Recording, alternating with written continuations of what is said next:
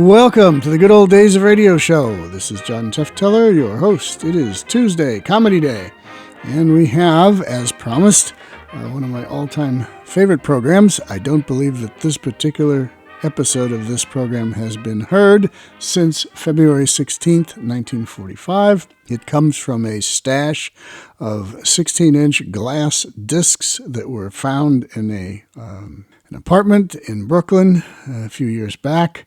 They had to belong to somebody that was either associated with CBS Radio or associated with this show. We don't know. All we know is there was a stack of them, and I grabbed them and got them somehow shipped to the West Coast, but they did have little cracks in the glass, and so you hear the occasional click when they're played. I'm sure that could be taken out with modern technology, but we have no time for that, so we'll let somebody else do that. The show is It Pays to Be Ignorant, the ultimate satire on quiz shows. It is also the ultimate destination for a bazillion what are now called dad jokes or vaudeville jokes or whatever. It's nonstop verbal diarrhea of humor. And some folks find it amusing and funny, like me, and some folks find it a little annoying. But I love it, so whenever I can feature a new episode of that, we shall do so. And this one is a new one. So all you people who listen to this show and say, I've heard everything, it's all out there. We can hear it all. Maybe not in good sound like on your show, but we can hear it all. Well, you didn't hear this one, so here's a new one for you. It Pays to Be Ignorant, February 16th, 1945.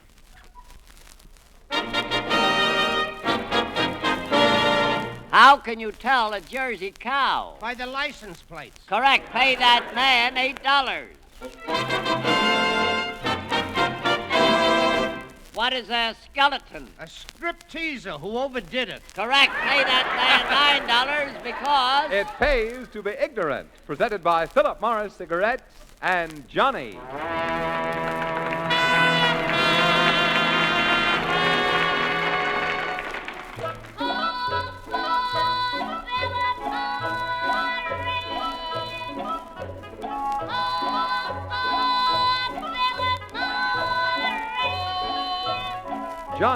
Johnny in his red coat and brass buttons, stepping out of store windows and counters all over the country to bring you that Don't You Ever Get Tired of It quiz program, It Pays to Be Ignorant.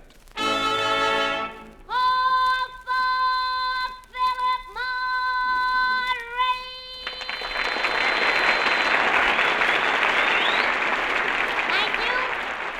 you. This is Johnny presenting to you the star of our show, Mr. Tom Howard.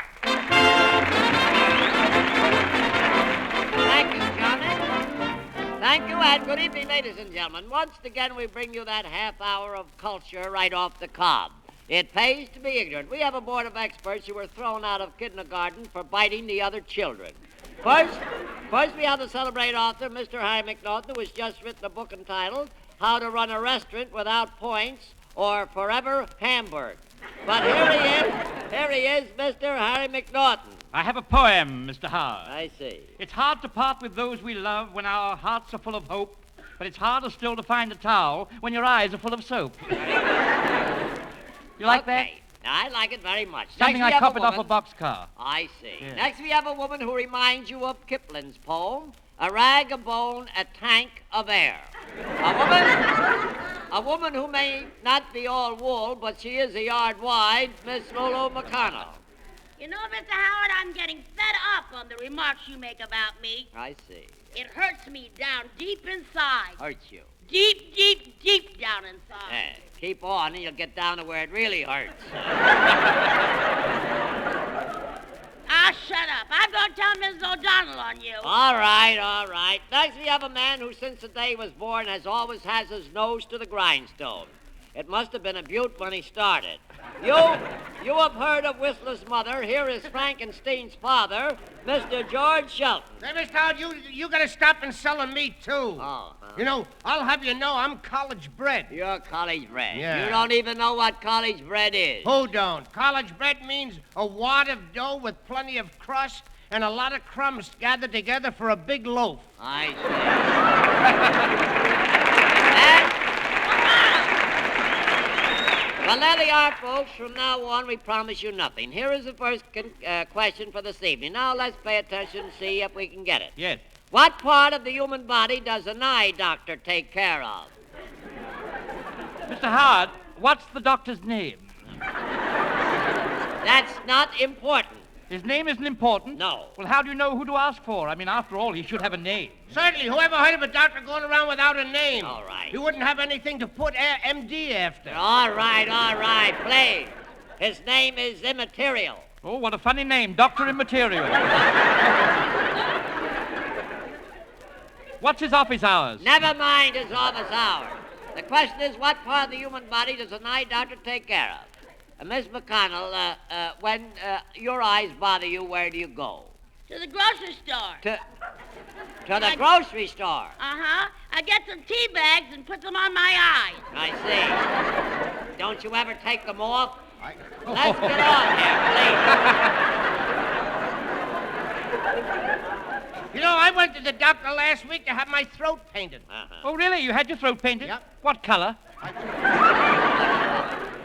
Mrs. Shelton. Yeah. What did you pay there? What did the doctor charge you for painting your throat? $10. Oh, he gypped you. Yeah? I had my whole kitchen painted for $5. You were stuccoed. Can we please get back to the question? It's about doctors. I have a wonderful doctor. All right. Did I tell you about the time I had my operation, Mr. Howard? No, we're not interested. Well, the doctor said that it was a miracle that I ever pulled through. All right. He said if it wasn't for my rugged constitution Yeah. and my cheerful disposition, I would have died. Uh-huh. Would that have been bad? Let's get on there, please.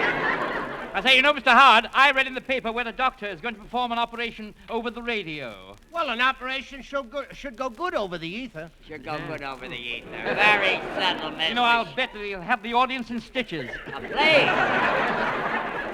Mr. McNaughton, if this wasn't Meatless Day, I'd bite you. Now, let's get on here. Did I tell you, Mr. Howard, my sister had a new baby yesterday Oh, really? Where's the baby now? in the hospital? My, is it sick already? Is it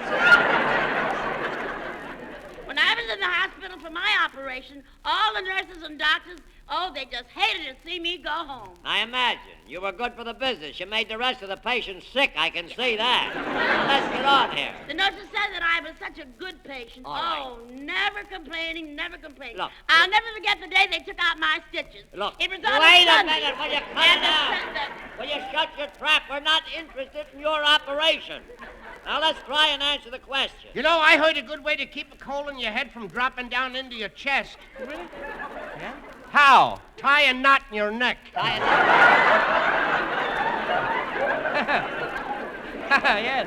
I must try that sometime. Yes. When I was in the hospital, Miss McConnell, please. You're talking yourself right into a broken nose. Say, Miss McConnell, did the doctor charge you much for your operation? no, he gave me cut rates. Cut rate. Johnny, please, will you cut in here and get us out of this hospital? Yes, sir, Mr. Howard, but rates. I will just have to find the experts a carton of Philip Morris cigarettes, which I will give to the nurse in the 5th row. Oh, the nurse.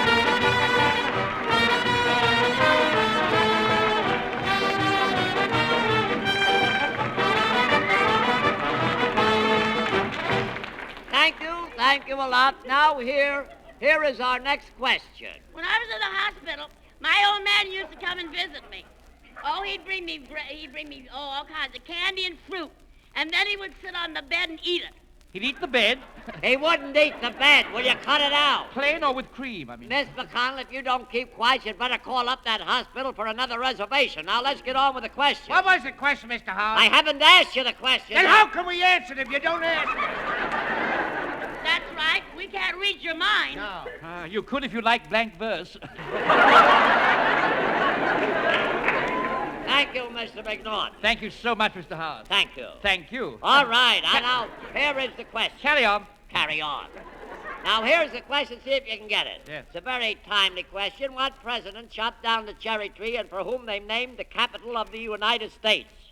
Was he a Democrat or a Republican? What's a Republican? That's a man who won't take no for an answer.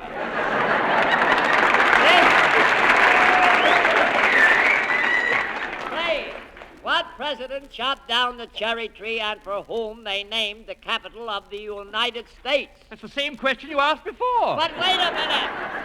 I haven't got an answer yet. Well, ring again. Maybe the line was busy. The line. Yeah, I know when I called up the hospital about my operation. Oh, the line please. was busy. The doctor told me that my operation was... Look, will you cut it out? Cut it out. The doctor already did. Please. And here I am in the flesh. In the flesh.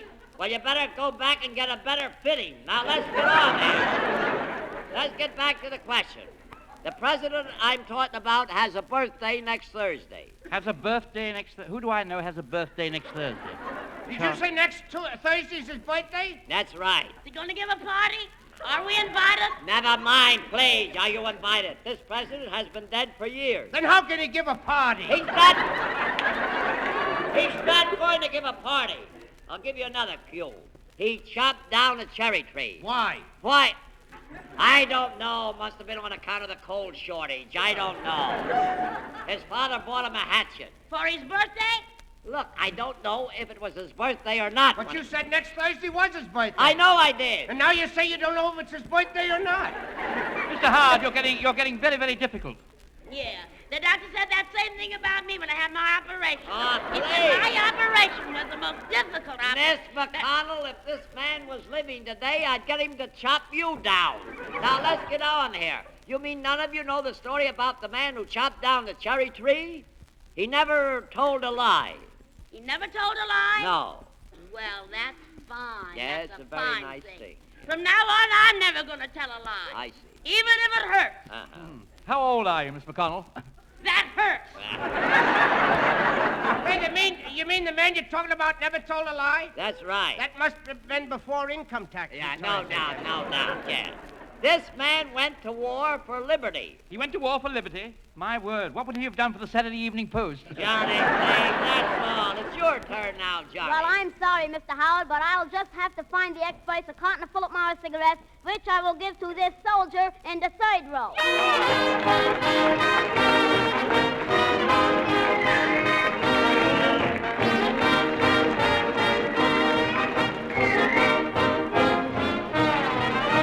Thank you. And now here's a man who, when he tells you about a cigarette, never tells a lie. Mr. Ken Roberts. There's a lot of wisdom in some of the old sayings most of us have known from childhood.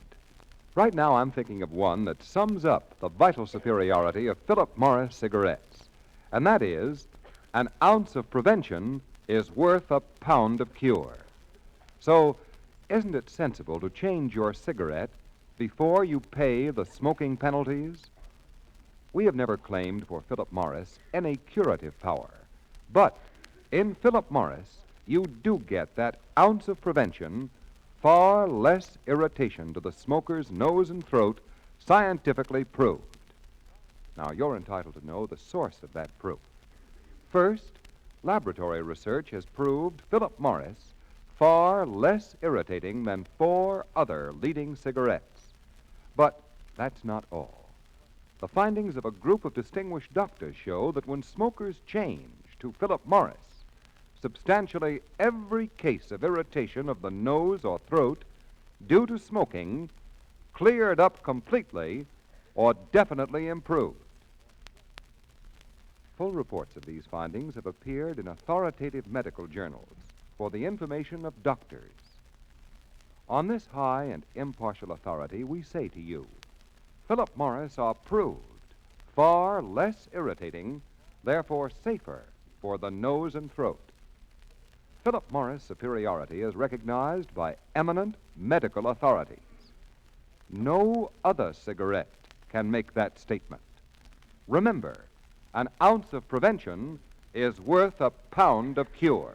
Thank you, Ken Roberts. And now, while we are getting our contestants ready, we will hear from our auguster, Dr. Novick and his auguster.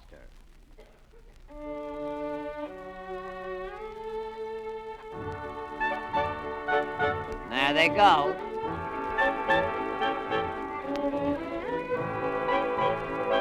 This is a good time to leave the theater, ladies and gentlemen.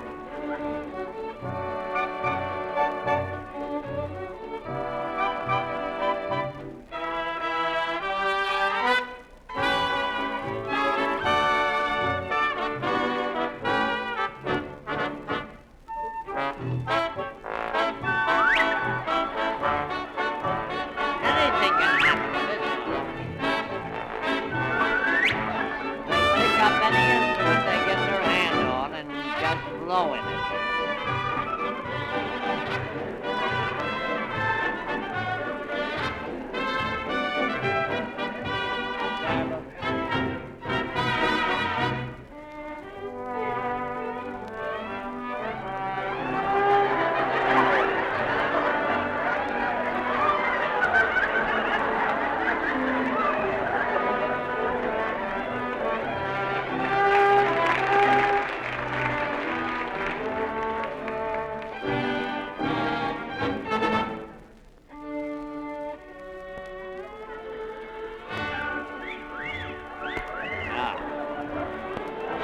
The whole bunch should be at the bottom of the Blue Danube.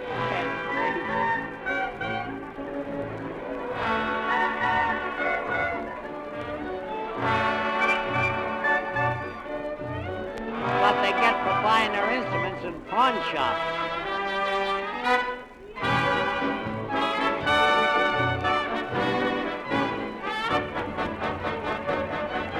Oh, the grand finale, ladies and gentlemen.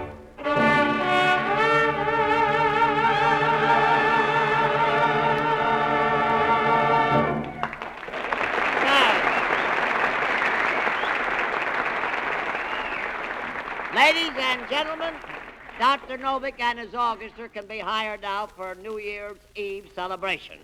Who is our first contestant, Mr. Roberts? Our first contestant tonight, Mr. Howard, is Corporal James O'Connor of the United States Army. Well, let's start. How do you do, Mr. O'Connor? It's a pleasure to have you with us. Where's your hometown, Mr. O'Connor? Would you care to tell us? Dover, New Jersey. Oh, Dover, New Jersey. Well. Dover, New Jersey. Well, put spots on my forehead and call me measles. Yeah, okay. Yeah, I used to work in that town. Ah, will you please stop it? No, kid. I was a banker in a baker shop. You were a banker in a baker shop? I used to handle all the dough. We used to handle it. That's nice. Don't let them upset you, Mr. O'Connor. How long have you been in the service? About 2.5 years. 2.5 years. Congratulations, my boy. That is really wonderful. You say you're from Dover, New Jersey. Yes, That's up on the road to Lake Opatcon, isn't it? Yes, sir. Yes, marvelous. I've been up there many times. I used to pass through Dover. I used to go up to see Joe Cook up there. Did you know Joe?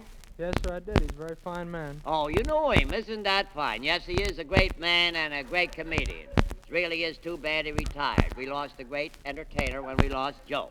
Well, we're glad to have you with us, and may I ask you, are you having a good time in New York? Yes, sir, I am. Uh-huh. What did you do before you entered the service? I went to Columbia University. Oh, a student, eh? Yes. A student, good. I say, you know, Corporal O'Connor, I was in the last war, you know. Yes. I was shot in the chest and in the back at the same time. I see. Wait a minute. How could you be shot in the chest and in the back at the same time? Well, you see, when I heard the shot, I turned around. You turned around. Pay no attention to them, Jim.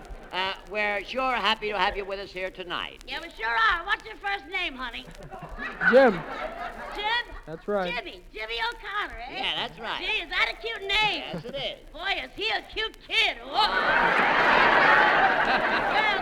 well, Jimmy, you can just call me Old Sullivan. I'm a good heel. Yeah. And you're all run down, too. Jim, will you reach into the dunce cap there and pick out a question for us, please? And would you read the question, please? Just read it right into the microphone. What city is a Hotel New Yorker named after? That's a very good question. No help from the audience, please. What city is the Hotel New Yorker named after? Mr. Howard, what are the rates? What are the rates? That is not the question. Have they got any vacancies? Oh, will you cut it out? The only vacancy around here is your head. Yeah? If I'd known that, I could have had it rented long ago. All right, you'd have to get rid of the termites first. Now, let's get back to the question. The question is about hotels. You know, I was over to Jersey last week. I stopped at a nice hotel in Red Bank. You Oh, did? really? What was the name of it, Mr. Shelton? It was the Molly Pitcher. Oh, and I had a nice room, too. You had a nice room with Molly Pitcher. Yeah, Wait a minute, please. No, I had a nice room. And you know a funny thing? I sent my suit out to be pressed. And when I got it back, there was a note on it from the manager. A note on your suit? Yeah. Well, what did it say? It said, don't wear this thing in the lobby. It's a very nice hotel. I can see their point there very well. Now, look, the city the Hotel New Yorker's named after, that's what I'm trying to find Is it out. a large city, Mr. Howard? What difference does that make? Is it a large city? I stopped at the hotel once. They had an 18-hole golf course. That's nothing. I stopped at a hotel once, had an 18-hole bed sheet. I bet you. Oh, when I was in the hospital with my operation, Oh, please. I had a lovely room. I had a private telephone. A private telephone? Yeah, any private could use it. Any private. Hey, Corporals, too. Where is All right, never mind. Look, let me make it simple. There's a hotel right here in this town called the New Yorker. Now, what city is it named after? When I was in the hospital, you know, every day they used to bring me beautiful flowers. Flowers. Oh, they brought me. I had lovely roses and carnations and peonies. What's a peony? That's a small horse. Oh, you had a horse in your room? No, that's silly. What's silly about it? I had a room in a hotel, had a horse in the bathtub. A horse in the bathtub? Yeah. What did you do? I pulled the plug out. That's the word. Yes. Johnny, step in here and give our good friend $25 for his question. Yes, sir, Mr. Howard, and I will also give him a carton of Philip Morris cigarettes. Marvelous.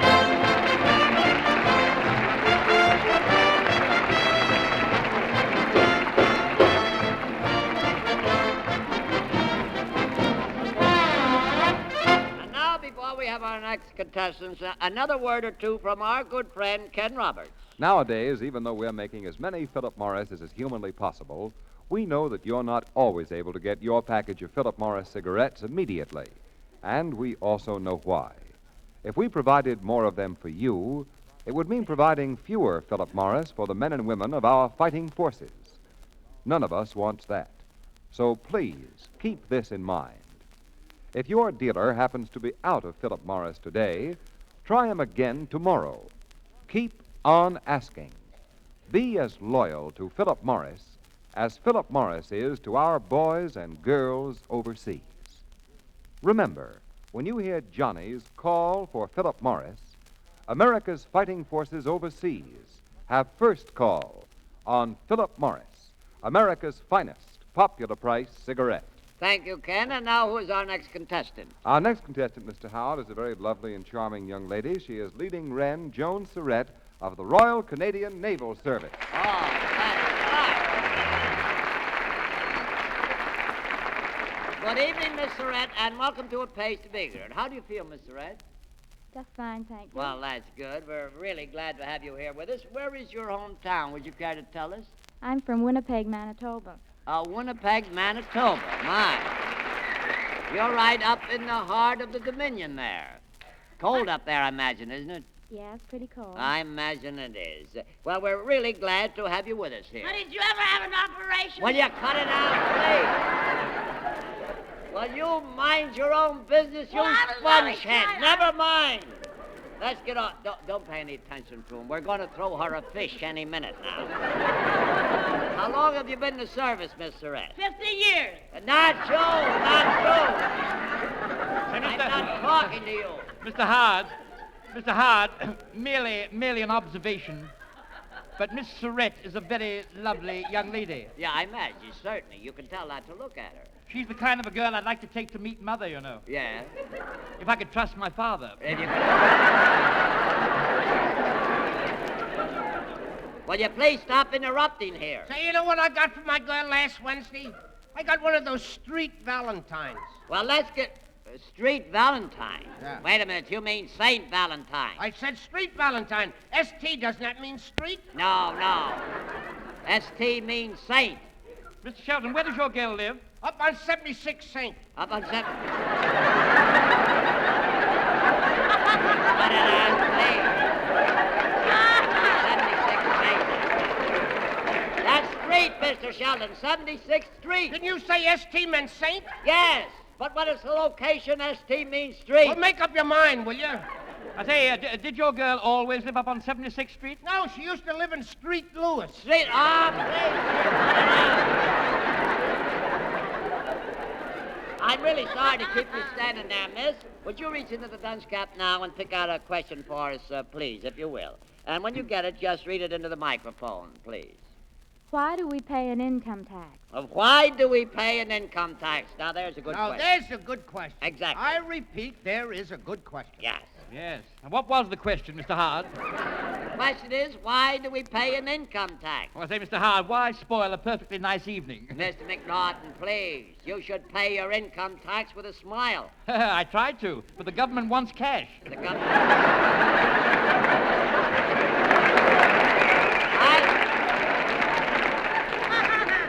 Mr. Howard, you know, I'm not going to pay my income tax this year. Oh, you're not going to pay any income tax? No. My old man and I, we talked it all over, and we thought that with the prices, you know, the prices of things and everything like that today, we just can't afford it. Oh, I see. Well, she's going to like Alcatraz. Yeah, she is. Yeah. She'll have a beautiful view over San Francisco Bay and everything else right from the window. Yeah, the seagulls will sit on her cell window. Let's get on here. The question is, why do we pay an income tax? Say, you know, I got a letter from the government the other day. Oh, a big, bulky thing. Now we're back to Miss McConnell again. We're not back. The question here is about income tax. Income tax. Now, let's get on here with the question. My brother-in-law just made out his income tax. Yeah. He owes the government $5,000. $5,000? How did he figure that much? He cheated. Oh. What do you mean? What do you mean he cheated? He copied off the fella in front of him. Oh, I see. But I don't understand the whole thing, you know. Exceptions, inductions, and deductions, surtax, normal tax, excess profit. You know what's got me nuts? I see. You always were nuts, so don't blame it on the government. You know, I figured it out 4 times, and the only thing that comes out right is my name and address.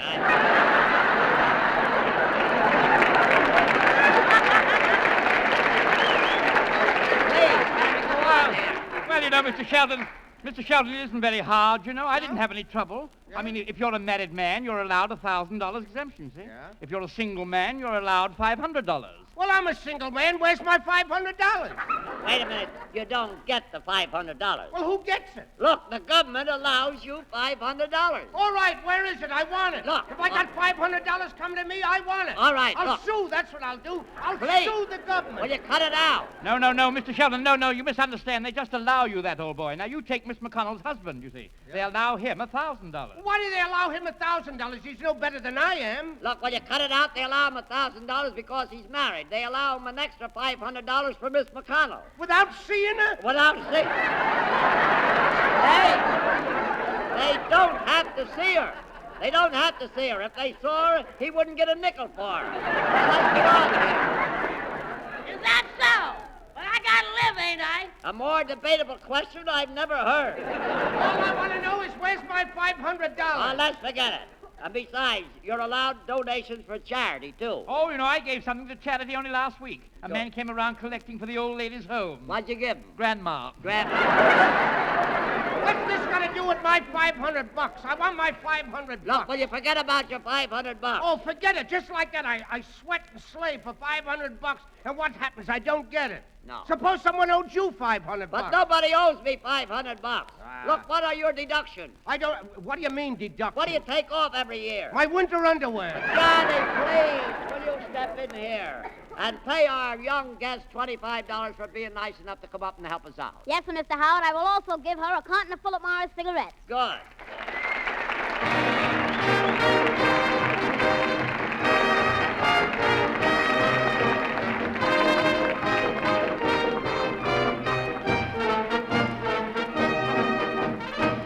Thank you a lot. That was very nice.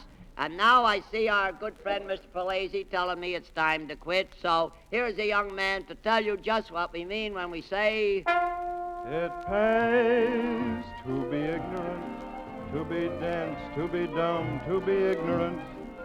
It pays to be ignorant just like me. When I was just a school kid, I wasn't awfully bright, but I had a pretty teacher who made me stay in each night. So you see, it pays to be ignorant. Johnny presents a Philip Morris program 3 times weekly. Tuesday, Jenny Sims. Friday, It Pays to Be Ignorant. Sunday, Crime Doctor. For time and station, consult your local paper. All prize money distributed by this program is duplicated by Philip Morris in gifts to the Army and Navy Relief Societies. Is there a pipe smoker in the house? Well, listen and learn about the wonderful pleasure you get from Revelation Pipe Mixture. It's a true blend of 5 great tobaccos cut 5 different ways to get from each tobacco its richest taste and flavor. And yet, a pocket pack of Revelation is only 15 cents. So for cooler, sweeter smoking, just try Revelation. This is Johnny again, returning now to the thousands of store windows and counters all over America. Look for me. I'll be waiting for you. Come in and call for Philip Morris. Goodbye, Johnny. We'll be hearing you over these same stations next Friday at this same time. This is Ken Roberts. This is Tom Howard saying good night and good nonsense. I want my 5,000 bucks.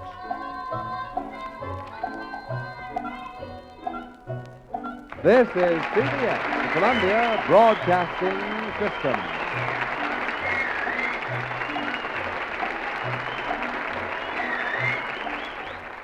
Yeah, I won my $5,000 too. I didn't know the IRS was giving out $5,000. That's news to me.